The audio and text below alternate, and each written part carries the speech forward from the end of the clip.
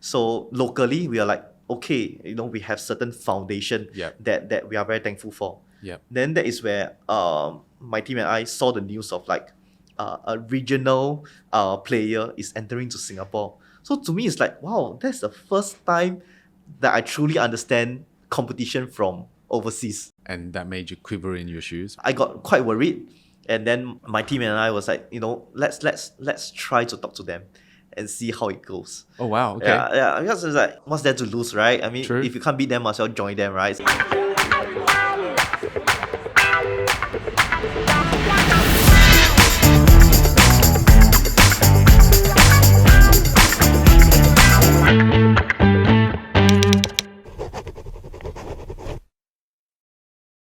Hello and welcome to episode 5 of CEOs Confess, where it's our mission to uncover the successful business owners and founders based in Southeast Asia. And today I have Kent Teo. Thank you, Kent, for joining us today. Hi. And Kent is CEO and founder of Invade group of companies.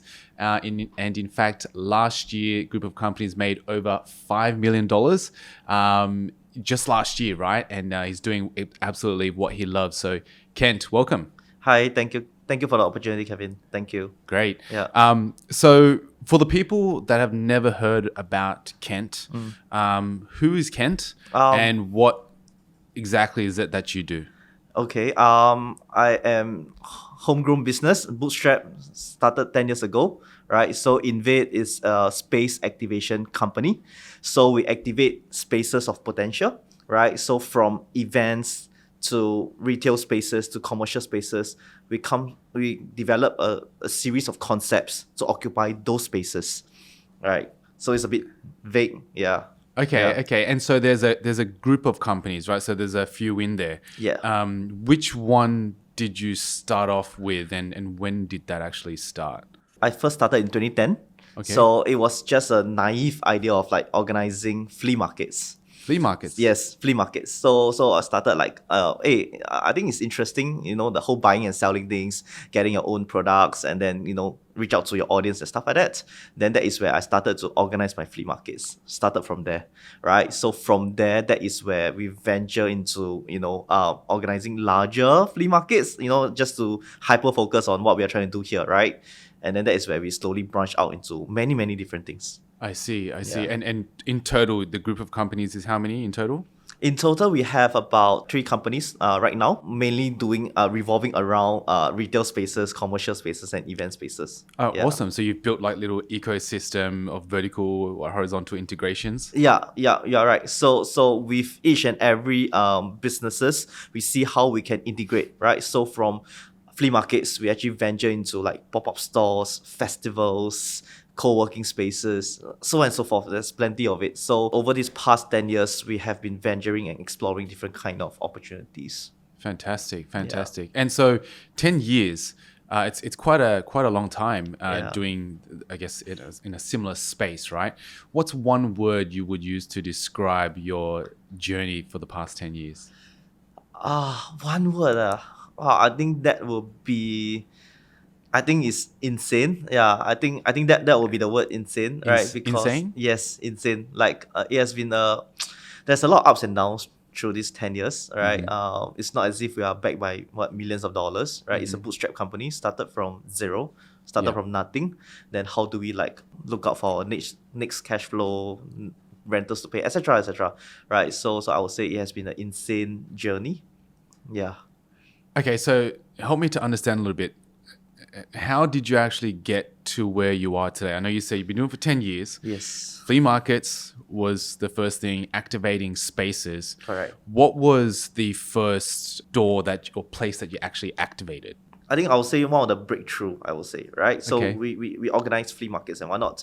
I think the first breakthrough, our mini achievement, is we become the kind of like a term flea market organizer in Skate.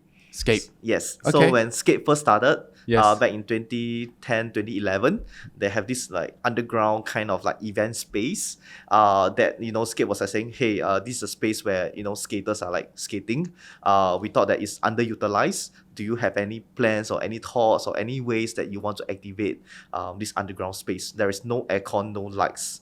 no ventilation, right? So we're like saying, oh, okay, yeah, let's organize flea market over here, right? You just said let's organize, and you Yeah. approached Scape, like the space owners. Yes. So because I think back in 2010, it's not as though flea market is a very, very popular thing. Everybody was saying that flea market is like, not good for image, it's ugly, it's unsightly, right? So we have to beg, borrow, steal. We have to go to each and every landlord and shopping mall and say that, can you please let us organize flea market, right? So that was one of the first breakthrough that Scape say that, okay, if you want to, there's actually a space at underground that is underutilized. Try something over here. So you had to beg, borrow, and steal to use an underground space. Yes. Yeah, that was pretty much that kind of situation that we had 10 years ago. And what made you have the conviction to go and do that, right? Like, I mean, how many times were you rejected? I think we sent to a lot of emails to a lot of landlords. It's just nil reply, or they will just say, oh, you know what, 1 week is like $7,000 for such a small atrium space. You can do your roadshow or you can do your bazaars. They call it bazaars over here. Otherwise, you know what, we're not free to entertain you, right? So I think we sent to a lot. Pretty much the whole of Singapore's shopping malls and landlords, right? We get rejected a lot of times. It's only when Scape, Downtown East is one of the first few landlords that open up to the idea, and I'm really very thankful for them to slowly explore the idea of like a flea market. Yeah.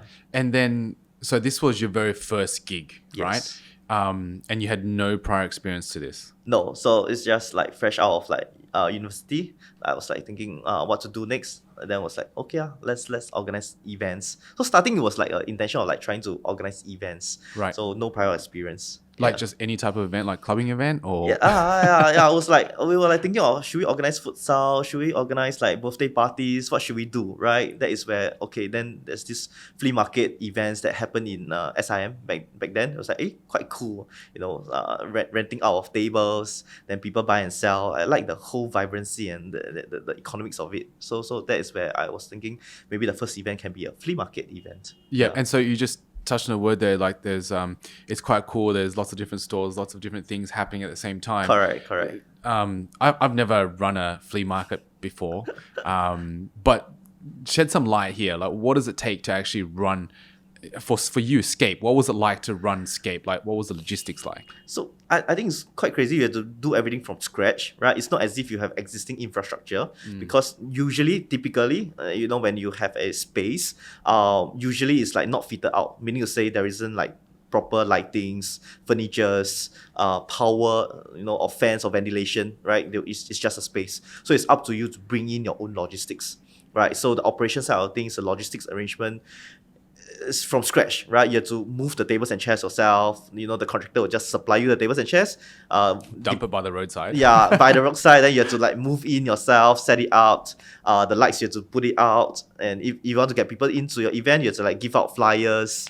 Then, 2010, no social media, right? Yeah. 2010, it's like social media is like not there yet. Yeah, so that is where we have to give out flyers and like kind of like tell everybody that, hey, there's a flea market inside Scape, come and join us and stuff like that. And did a lot of people ask you what was a flea market though? Because you said, I mean, back then it was not a very well known kind of thing either. It's not popular. Okay. It's not a popular thing in the sense that it's not popular among the landlords. Yep. But among the teenagers, generally people like to shop at all these kind of like flea markets. So back then, the competition is actually very, very strong. I didn't say that, but competition was actually very, very strong. There were a lot of flea market organizers. Oh, yeah. okay. So that is where people know that there's flea markets, but it's just that in terms of the landlords, they don't really welcome the idea of a flea market. Okay. And so, Scape, you were in an underground space. How long were you actually running Scape for? I think we run for close to 2 years, right? Okay. From like once a month.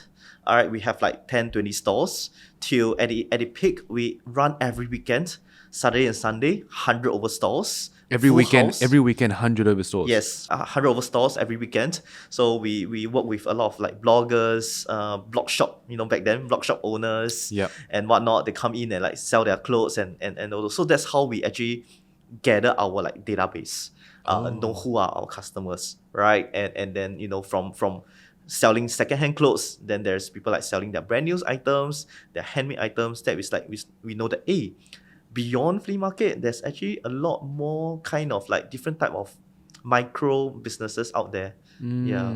So you started to build up a database of these micro bloggers, and Yes. I guess back then I'm not sure if they would call them influencers. I think so. Yeah, Twitter. Twitter. Yes, Twitter was Twitters, big back then, right? Yes. So you started to build up this database. Do you still keep in contact with any of these?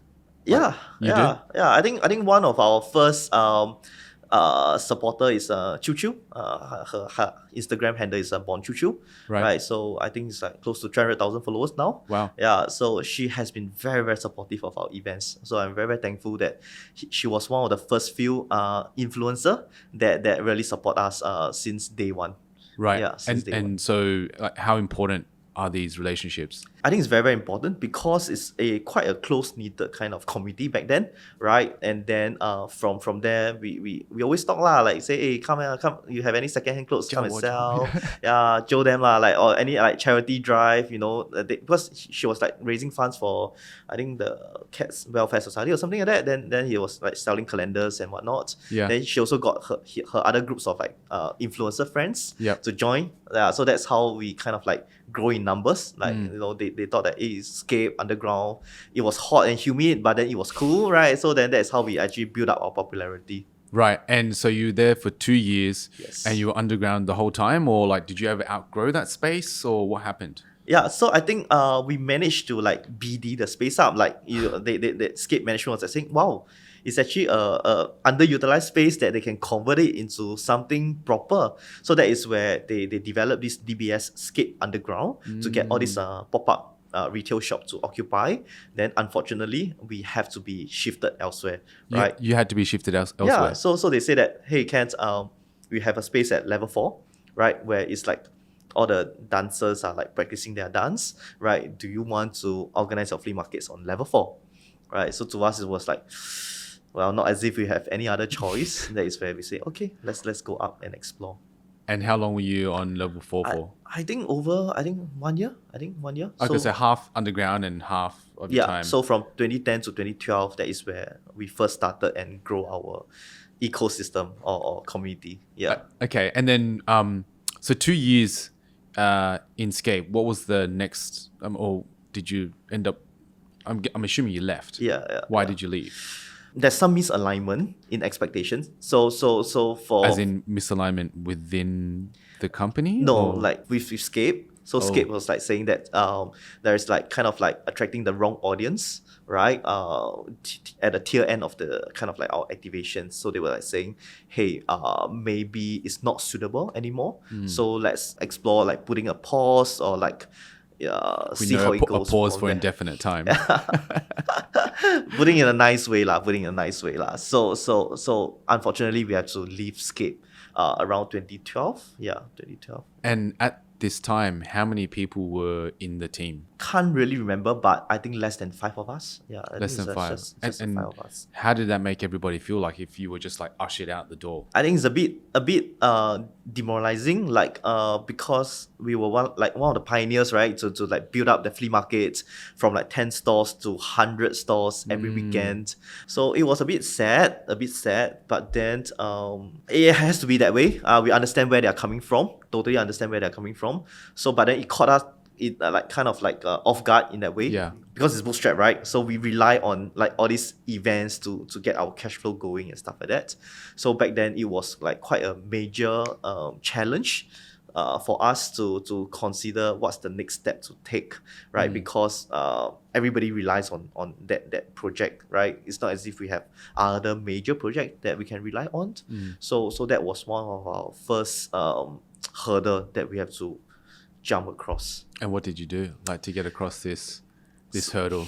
So I don't know, is it like opportunity or what? So we have someone that wrote in and said that, hey, we really love your flea markets a lot, and we have a underutilized space in Lucky Plaza, right? So it's about close to 9,000 square feet of space, right? It's pretty huge, right? They say that, do you want to explore? Then we were like saying, where is it? So they were saying it's at level 6 of Lucky Plaza. It's the highest floor. Right. Yeah, if everyone knows, right, Lucky Plaza, the main retail activity is from basement to level 4. Right. Then there is this medical suite, taking up the entire level 5. So level 6 is like a nobody will go because it's like just block off already, right? So it's a quite a, I would say, ulu space lah, that they offer us and say that, are you keen? So to me it's like, like, why not, right? Not as if I have a choice. Let's try and see how can we like bring activity to a level 6 Yeah. Lucky Plaza corner space. Yeah. And just for everyone who's watching, Ulu kind of means like in the middle of nowhere, like deserted Yeah. kind of space, right? Yeah. Okay. And so you said that it was just by chance that someone had called you. Correct. How did that make you feel, right? Like, and how what was the time frame from being ushered out to someone actually calling you, and where was your headspace at when, during this waiting period? I think we were only left with less than 1 month notice. Wow. Yeah. How long did they give you? For, you mean for which one? As in, like, for them, you said Scape. one, yeah, Yeah, Scape. Scape. Yeah. We only have like less than 1 month notice. Okay. To exit out of Scape completely. Okay. So that is where the inquiry came in, from this property company that they are managing that 9,000 square feet of space at Lucky Plaza, right? So we were like, okay, let's explore, see how it goes, right? Of course, I never tell him that we were ending our collaboration at Escape already. Oh, so you didn't tell him at all? Yeah, I didn't tell him. I just said that we are just trying to explore a second location. To expand, right? Yeah, to expand. Yeah, obviously you don't want to let them know you're desperate for a space. Yeah.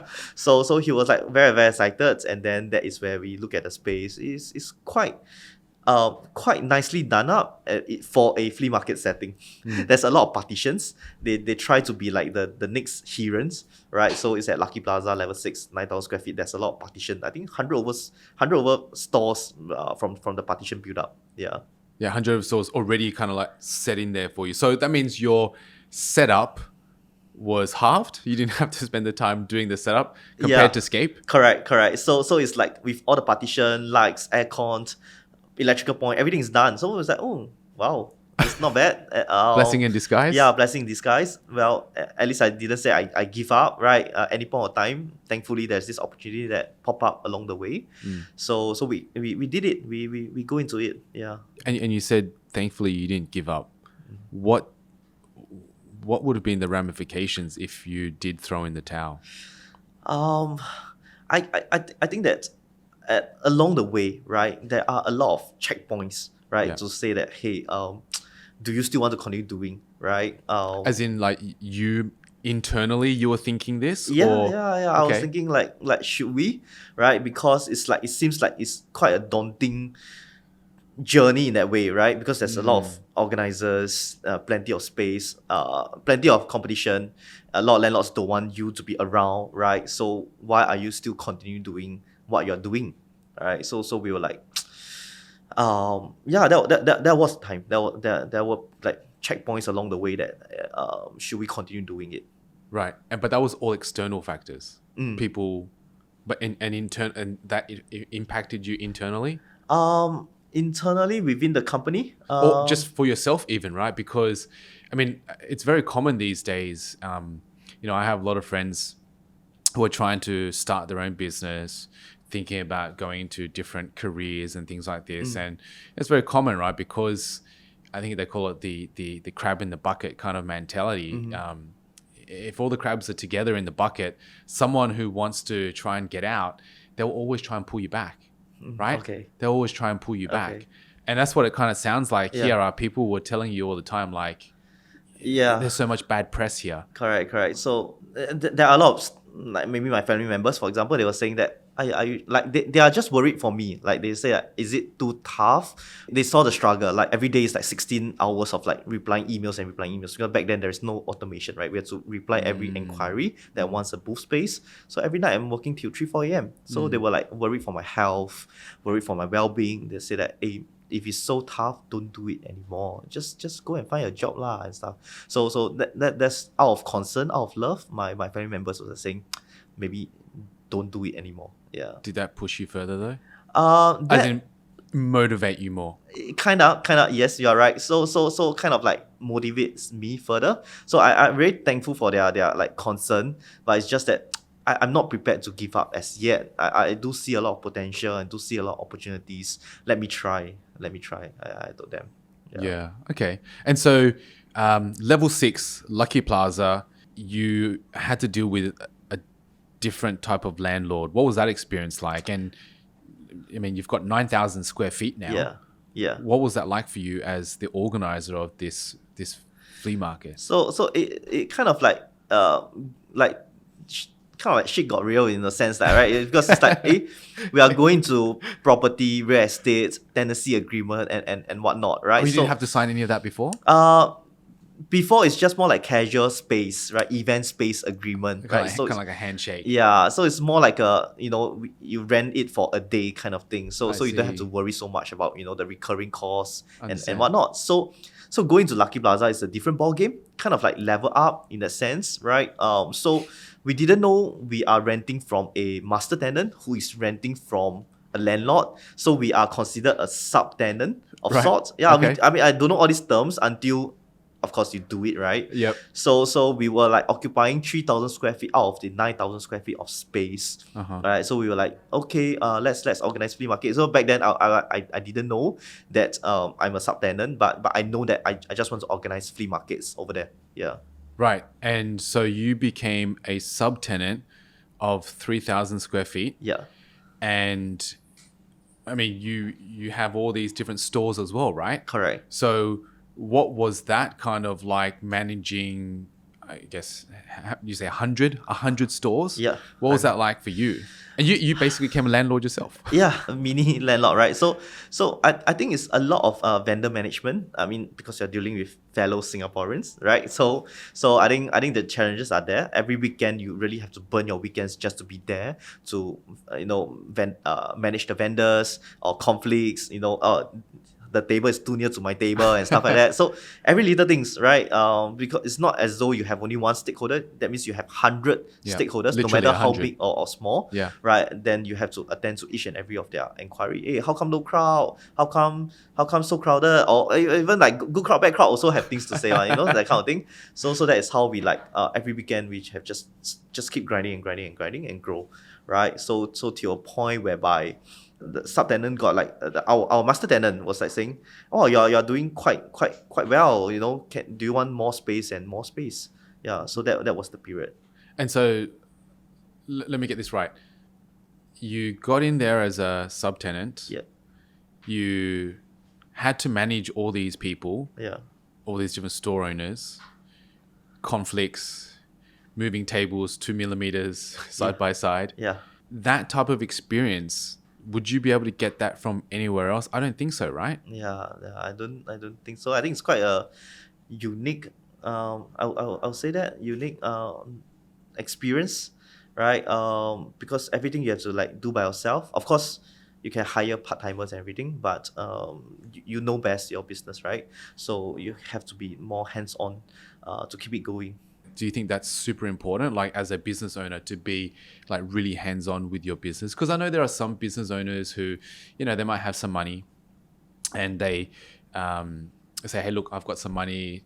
I know you're interested in doing this. I know you have a passion for this. Yeah. Let me give you some money and go start a business or go start a store, or go start a restaurant, something like that. Yeah. And sometimes they don't work that well because let's just say the investor has no idea what's actually happening. Correct. Do you think that's important? I think it's very important, right? That is number one rule, right? If bootstrap and everything, you have to do it yourself.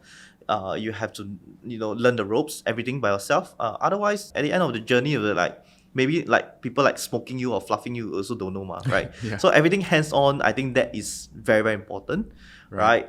Then that is where you know that hey, this can be done this way, right? Or that can be done that way, right? And most importantly is because you're hands-on, right? That is where I think it really kind of jog that kind of creativity and entrepreneurship spirit in you. That is where you call yourself an entrepreneur, right? Where you need to find creative ways to solve certain problems, right? So these are all opportunities, right? I say a lot of times business works best in the gray area, right? I mean, that is where opportunities are, right? Yeah. If you white is like you go be a civil servant, black you do back things out, right? So Yeah. business is grey. Yeah. Right. Okay, Yeah. that's a really good way of putting it Yeah. because things could go either way. Correct. Right. And After you work through it. yeah, and because there is like windows of opportunities or like rooms of opportunity, that is where you have margins to play with, right? So that is where I thought that's business. Yeah, that's business. Yeah. Okay. Okay. And so, as the I guess owner operator of this space now, Yeah.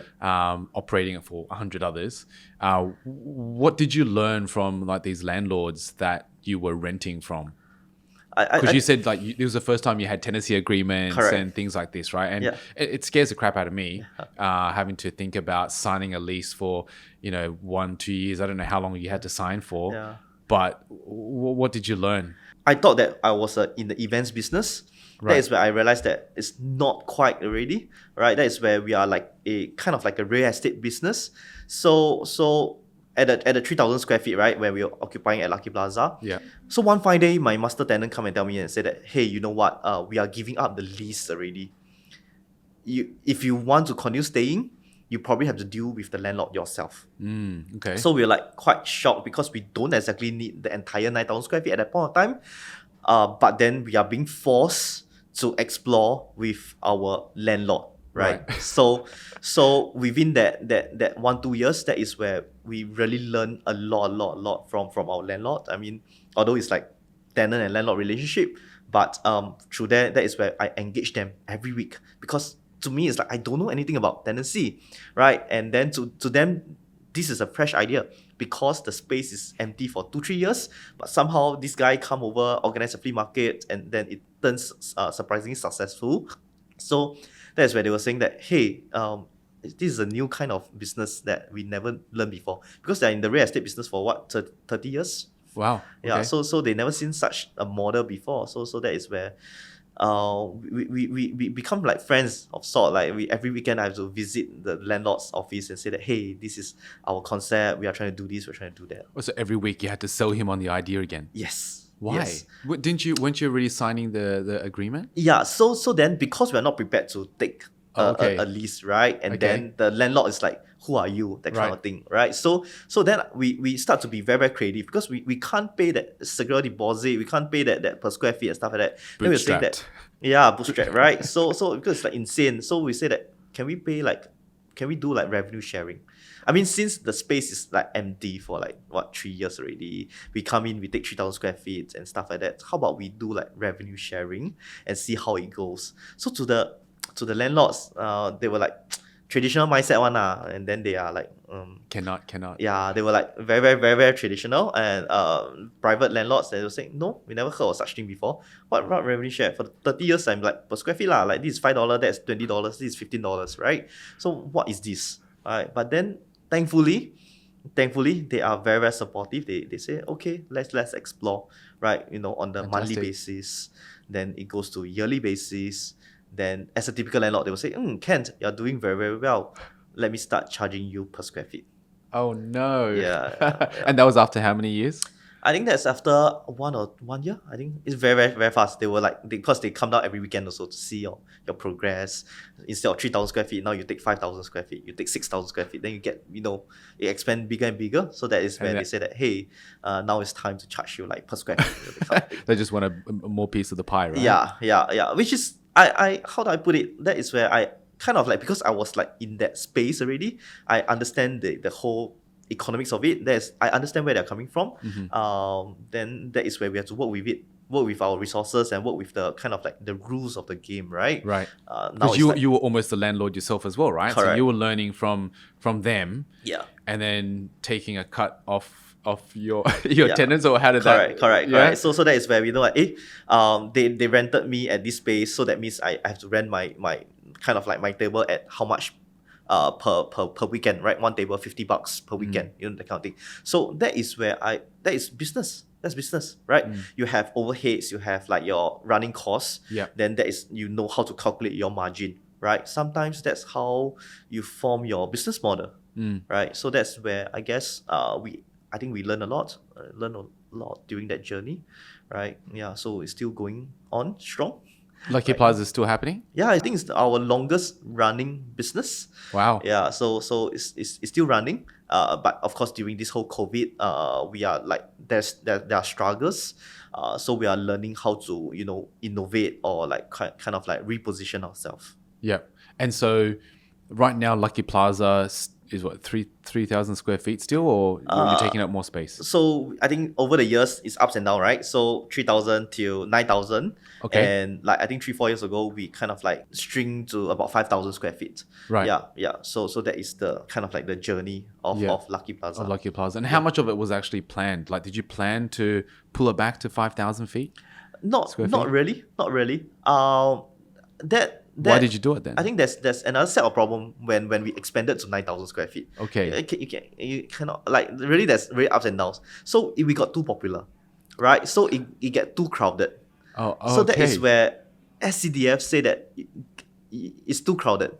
So I don't know that is a problem also. I mean, it's a good problem, but it turns out to be a fire hazard problem for SCDF. Right. So they say that it is too crowded. You have to come up with measures. You have to come up with protocols and procedures and stuff like that. Right. So which the unit is not supported in that way. Right. It wasn't built for our kind of business. So that is where our landlord offer us an alternative, right? Say that, hey, there's this 5,000 square feet that is within the rules of the game, right? SCDF is compliant. Do you want to shift? It's still at level 6, but it's at the other corner of Lucky Plaza. I see. Yeah.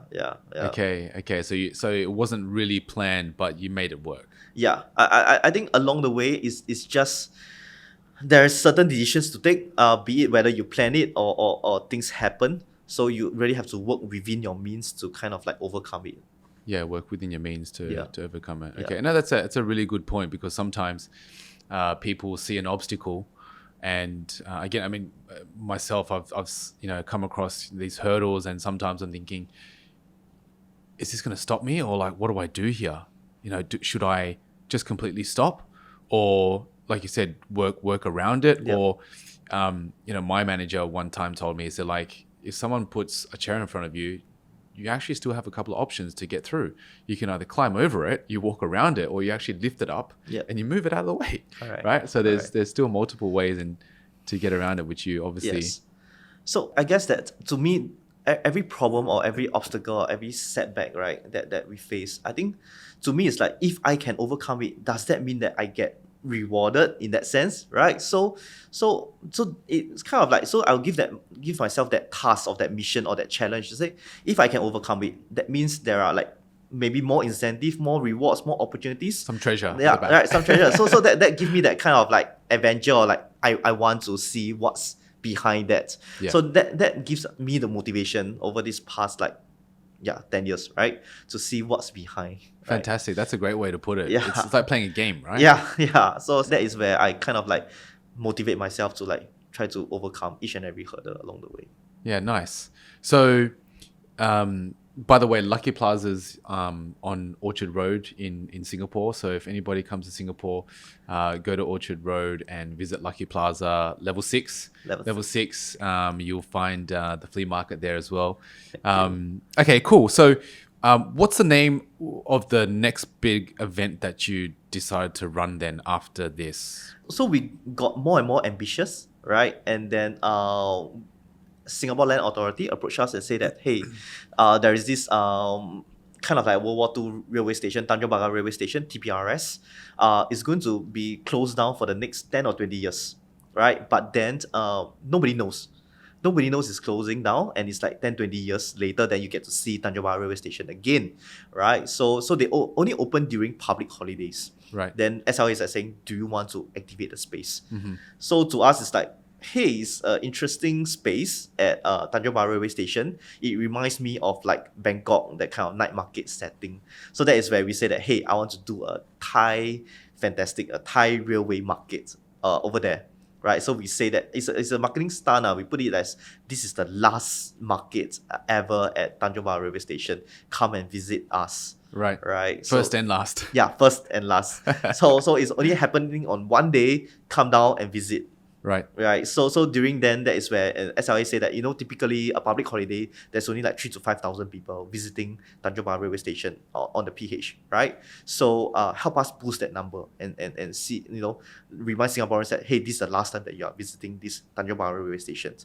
So to our surprise, we piece everything together. So we say that, hey, we want to organize beyond just a flea market. So we have like artisan stores, we have some Thai stores, we get some retro appeal arcade machines, we get some vintage cars, just to emulate the Bangkok night market setting. Right. So we kind of like, these are some of the things that we know that we need to put together for. Yeah. Right. So in the end, the turnout was like 55,000 visitors in one single day. Wow. Tabulated by SLA. Yeah. 55,000 from 55. 3 to 4,000. Yes. You got it to 55,000. That's like what, 12 times or 11 times? Easily. It's like insane. The amount of crowd is like, we even stop, try to manage the crowd. We just like, yeah, come in. It's like the flow is like insane. We jam up all the road. There's like traffic police, LTA, everybody just come down and just manage the crowd for us. It's really unexpected. It's beyond our means already, right? So inside there's a lot of issues. We can't really manage the traffic outside. And then one day 55,000 visitors. Wow. And what did you learn from causing such a commotion? I think it's like insane. It's like a lot of things. It's like, I think food gets sold out from like as early as like 6-7 p.m. So the event is 3 to 11 p.m. Right? And then food and all the products and everything got sold out by 6 or 7 p.m. So from like 7 p.m. to 11 p.m, everybody's like saying, there's nothing here already. There's no food to eat and everything.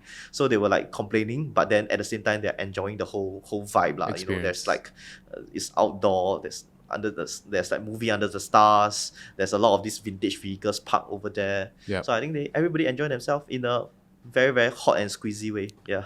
I mean, you caused such a jam. Like, what did you get on the news? You must have, right? I can't remember. I think Channel 8, the news was there. Yeah. They were there. Yeah.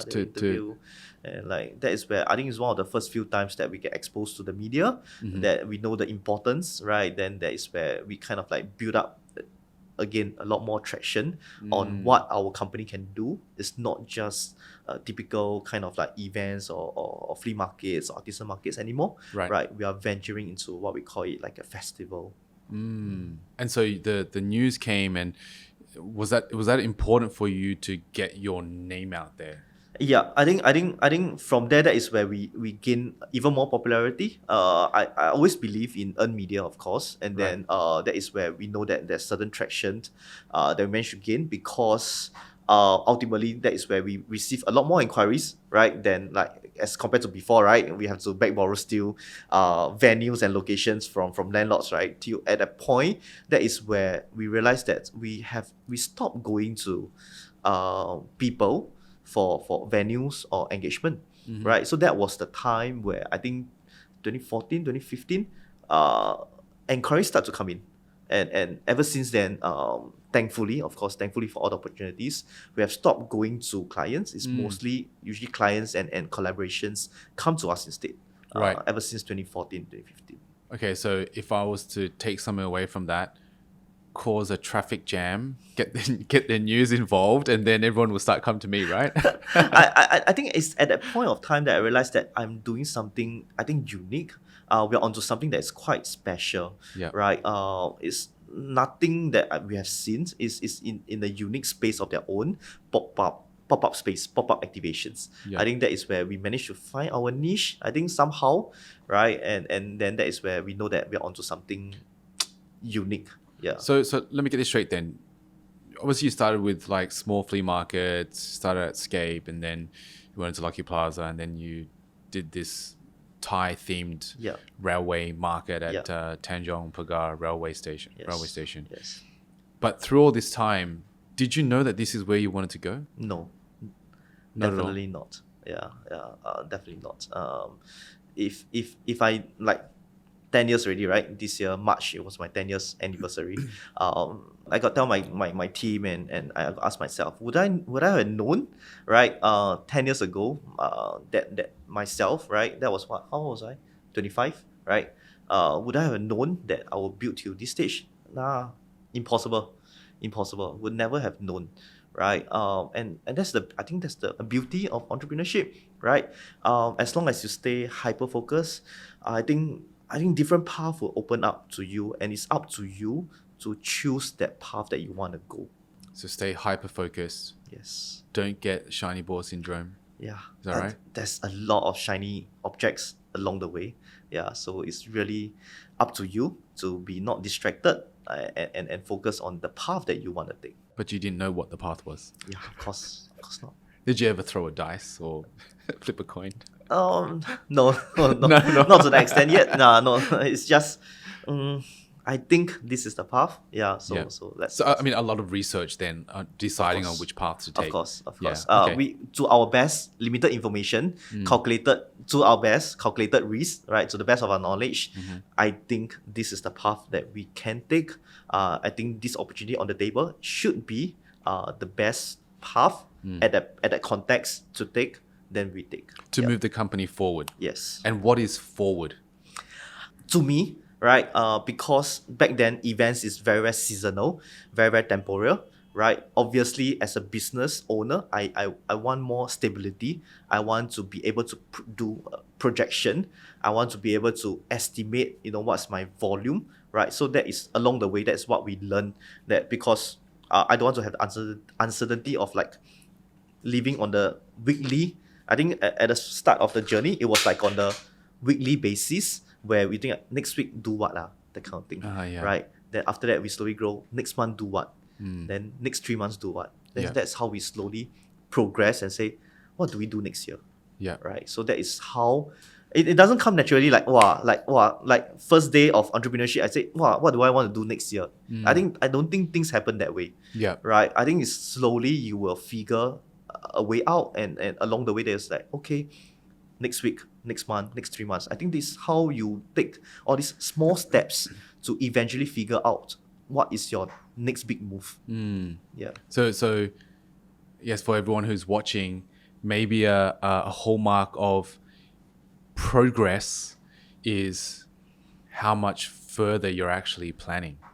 Would you say that's true to a degree? True to a degree. Yeah. True to a degree, because you are so, like, I would call it experienced already. In that, like, hey, you already, once you know how to plan the next week, that means you know how to plan the next 2 weeks, right? That is how you slowly progress forward, and then that is where that's where you say that you want to plan the next whole year. I will believe you, right? Or people will believe me, right? Because I have planned my weekly, my monthly, my every 3 months, my every 6 months. Now people will say that, okay, let's work something out with Invade next year, right? So they know that we already have that steady plan of like projects, activations, things that we want to do on the daily basis. Yeah. Okay, that's great. And so that was what, 2000 and... That was about, I think, 15, 16. That is where, for the Thai market, it's about, 14, 15, that period. 14, 15. Yeah. Okay. So then what was next after that? That's a one-off event, right? Yeah, What event. What was next after that? I think that was I would say that was a checkpoint actually. Okay. Right. The Thai tea market was a checkpoint of like the next big hurdle that we want to jump across, because in 2017, that is where we have an opportunity.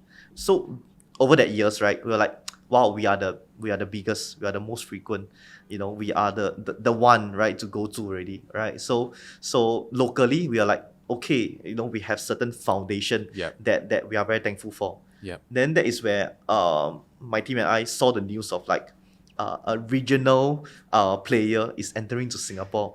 So to me, it's like, wow, that's the first time that I truly understand competition from overseas. Right. Okay. Right? It's a local king, that kind of thing, right? Yes. So there's a Artbox Thailand Right.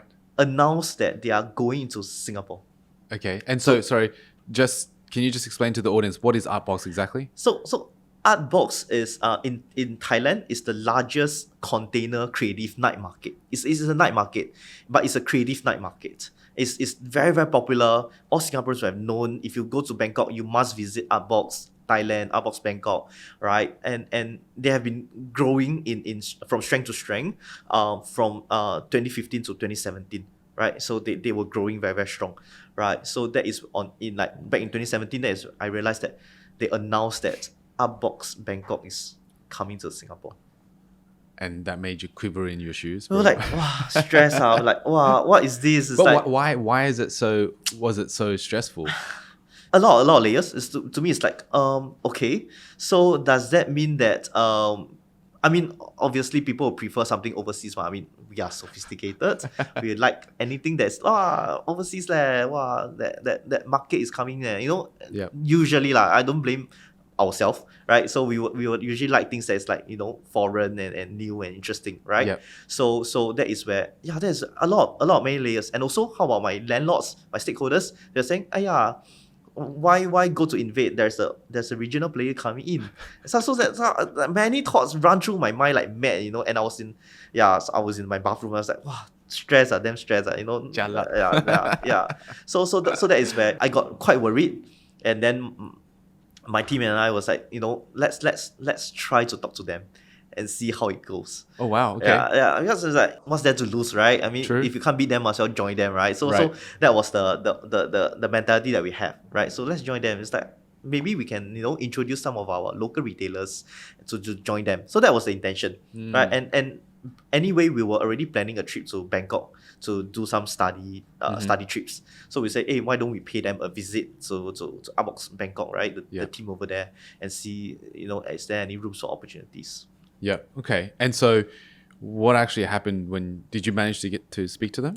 So it wasn't easy because again they speak in Thai, so yeah, of course. so then so we were texting, and then they were like, okay, finally we managed to secure a meeting, right? Then after that we were saying that, hey, we saw that, you know, Upbox. So we try to talk as slow and it's like simple English as much as possible, right? Because we like, you know, like one chicken, one duck. I don't know how to talk to the same language, right? So we're like saying like, okay, we are from Singapore, so we saw that, you know, Upbox Bangkok is coming to Singapore. So we really like the idea a lot. We love it. We're excited. Is there any ways that we can come together for? Did you show them that you had already done a Thai themed railway station? Here and there, but okay. I don't know how much they understand. Right? Okay. Yeah, but then it's through our body language, it's through our experience, it's through our knowledge. Then they come to, then we talk for, I think the first session we talked to 3 hours. Wow. Yeah, because they were saying that because we already have some like ideas, because like people are saying, hey, do you know Upbox Bangkok is coming to Singapore? We have some stakeholders like the landlords and like URA especially are saying that, hey, Kent, do you know this event is coming to Singapore? Are you related? Because they thought that I organized a Thai tea market, so they thought that I have some links. So I say, no, I don't know. Then there was URA was saying that, please let them know that the venue is not confirmed.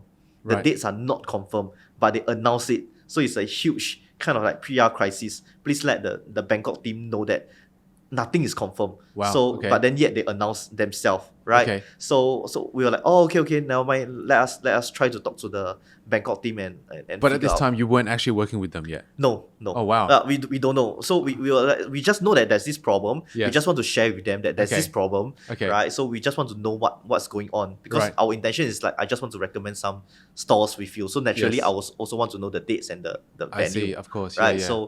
So in the end, they were shocked that they didn't. It's like, you mean the venue is not confirmed? But our local partner is like saying that it's confirmed. You know, things are going on. Yep. We already have the dates. We already have the venue. Yeah. Right. So that is where we're like, okay, no, like it's not. We told them, right? So then that is where they know that, hey, we are with the intention of like trying to help. They were saying that, why don't you be the co-organizer? So fast forward 3 hours or however meetings you managed to secure the, I guess, would you call it a contractor type of role or local representation? A co-partner. I think it's a partnership kind of role. Awesome. Yeah. 3 hours into it, because we were saying that, you know, the venue is not confirmed. We know the URA people. I mean, we show them emails and say that this is not confirmed. Yeah. Everything. So then they say that, okay, why don't you like partner up and try? Yeah. Yeah. So I was like, okay. So back then that was February, right? Yeah. And then the event is in May. Right. So we were like, that's only 3 months. Yeah, that's only 3 months, and it's very, very rushed. So we were like saying, okay, let's try, right? So then once they appoint us as the co-organizer for Upbox Singapore, that's where we go to URA and say that, hey, we are the co-organizer now. Let's arrange and see what's the next step moving forward. Right. Okay. So you managed to I'm assuming you managed to sort out that date issue then. What was the next, I guess, problem? Because it sounds like there's a comedy of errors that are happening here. Yeah. So there's a lot of like things going on at the same time. Yeah. So I think the first hurdle was URA told us that the venue and the dates are not available at all. Yeah. Right. So it got pushed forward to April instead, 2017. Okay. To organize Artbox Singapore. Yep. So we're like, wow. From Chinese New Year in February, Yep. we only left less than 60 days to organize Artbox Singapore. So of course, being the first one, we first Artbox in Singapore, we don't know the scale lah. We also don't know how crazy it can be lah, right? So we just know that it's a bit short for event. That's all we know, right? It's a bit short for a 200 stores event, right? Or a 100 over stores event, right? So we just know that it's a bit tight. So, but of course, we don't know what's coming next, right? Yeah. So because it's the first one, right? So to us, it's like, okay lah, then do lor, try lor, right? That's just do. chiong lor, right? Because not as if we have an option, right? We already agreed, Artbox Bangkok is like already announced.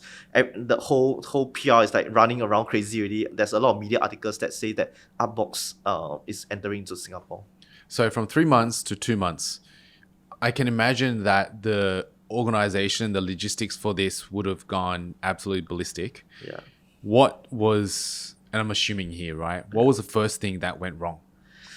I think it's more of the PR message, Okay. right? So everybody still thought that it's in May, right? So how do we fix that, right? So that is where we have like PR agency writing to us, saying that, hey, we saw that there's this major event going on and we saw that you are the co-organizer.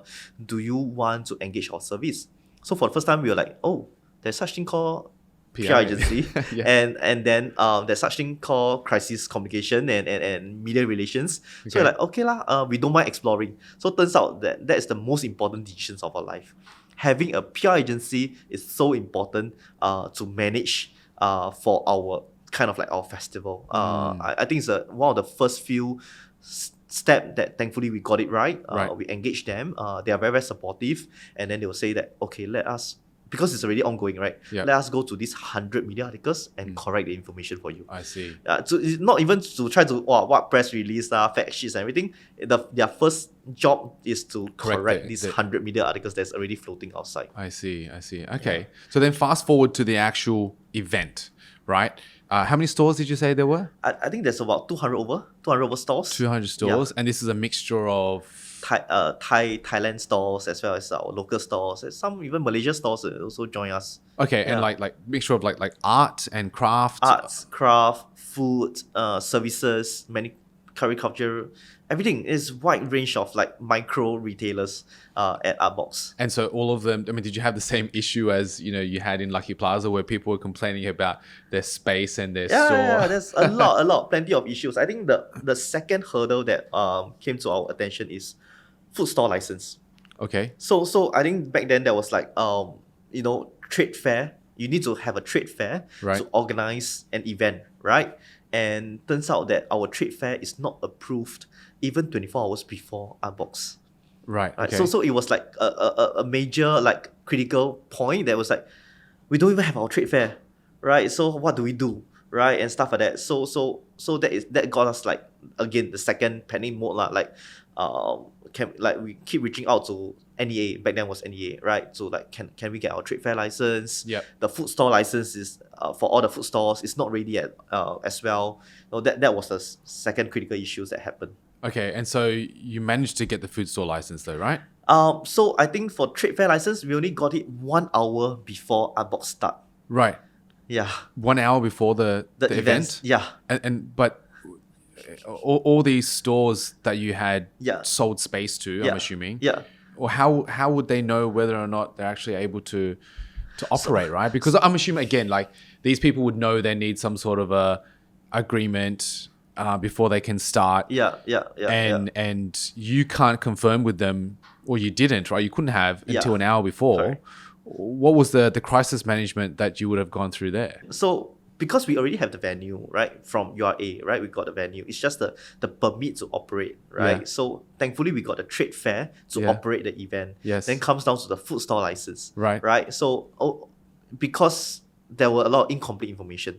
So there were a lot of food stores that didn't manage to get their, license and whatnot, right? Okay. So that is where we have to negotiate the NEA and say that, you know what, let the show goes on, let us let us kind of say that we bear the penalties, we You want the wanted show. to bear the penalties? Yeah, we told NEA is like, it can't be helped. The show must go on. The retailers must continue selling, because in the end the turnout was insane. It's like close to 100,000 visitors on day one. The first time you held the event? Yeah, at the first time, first First Artbox, year? day one. Wow. Yeah, 100,000 visitors. 2016, was it? 2017. 2017. Yeah. So we were like, how do we stop the event, right? How do we stop the food store license from operating? So that is where we make the really hard decision to say that, all the fines, all the penalties, we kind of we bear it, right? And are you happy you made that decision? I think so. I guess so. I mean, as the organizer, I think it's our duty, right? The show must go on, right? So that is where we make the hard decision and say, yeah, let's do it, right? Like I say, business is always in the gray area. Yeah. Yeah. Yeah. Okay. And did the food store owners and all the other operators, did they know of this problem? They know. They So knew. at the day one, they were like, of course they're angry. They were saying, what do you mean by I don't have a food store license? I submit all the information already, but a lot of them are just first didn't know. timer. Yeah. They didn't really submit full information to us, right? But doesn't matter, right? We apply for them, Right. and stuff like that. So but at the end of the journey, once they find out that we're going to bear the penalty, the crowd was insane. There's a lot of businesses for all of them. They kind of I think they appreciated what we did. Yeah. What we did. And then at the end of the 6 days event, I think we had kind of like a red carpet. I don't know what you call it. Everybody clapped because it was Like a standing ovation kind of thing. yes, it was like a toughest journey ever. To make Artbox happen. I mean, back then again, we didn't know how big it could have gotten, and Yeah. then when we realized, it's all too late. We have 100,000 visitors visiting the venue. Even the authorities are caught off guard. Everybody is caught off guard, right? For the second time now, you've done this. Yeah, now it's third time, right? Last year was our third edition already. Yeah. Yeah. Okay. No, what I meant was the second time you created such a commotion. Yeah. It was, the railway, and then this. Yes. So yeah. So but then we're thankful. We're thankful for the Yeah. opportunities. And would you say that? I mean, it sounds like you taking on that responsibility was quite important, and the operators were thankful of that as well, right? And Yeah. that just makes me think of, my one of my old managers used to say, like, don't bite the hand that feeds you, Okay. right? Yeah. And I mean, is that kind of like a good way to sum it up? Because they're the ones who are actually paying you, right? Yeah. So yes, in that way, but then along the way we kind of lost ourselves, right? Because we keep organizing bigger and bigger shows, Right. And then at that point of time, it's our focus to make sure the show goes on, and we kind of lost track of who are our customers, Right. which is all these store holders and store owners, Right. So we just know that we need to put out a good show, we need to make sure the landlords are happy with us and stuff like that, but we kind of we neglected Yeah. the other group of stakeholders, which is our vendors and our retailers and our our F&B business owners and stuff like that. So you were focused on creating a good event for the participants and the people who are going, but Yeah. you neglected the other side of the equation. Correct. So what did you do to kind of fix this? I think it's more like a, I don't know Chinese saying 后知后觉. It's more like a, realize it only maybe from 2017 to 20, it's just last year that we start to actually our real customer. Who are our real customers, right? It's actually all these creative businesses, retailers, F&B operators, right, that really join us over the past 9 years, right? Last year, 9 years, supported us along the way, right? So that was the kind of the forgotten kind of audience or stakeholders.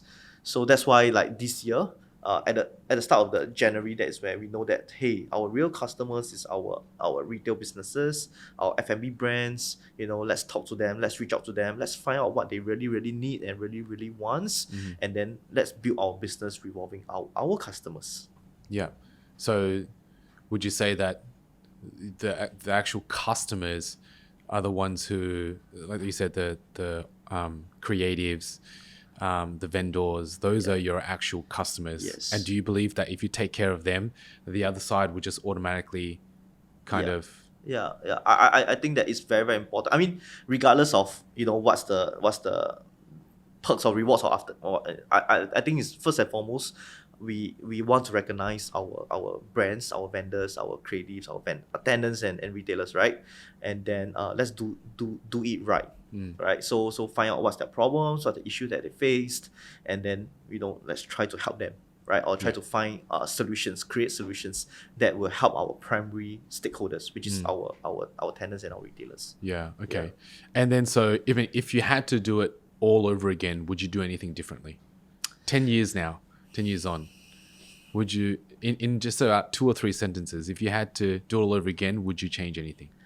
I don't think so. I think every path we take is a learning journey, right? You will never know which path you end up with, right? If we, I think where we reach at this stage, right, is based on the path that we have taken, right? So I don't think I will take it differently. I think I'm still at the journey of like learning and finding out and exploring, continue to venture and build like more I would say important solutions to serve our primary audience. I think our stakeholders. So I think I wouldn't change anything. I wouldn't change anything. Yeah. Okay, that's great. Yeah. And to cap off this episode then of CEOs Confess, I just want you to take 30 seconds to think, dig deep, okay? And then share directly with the audience, right? What you confess to be the number one factor to your success and why. 30 seconds to think. Okay.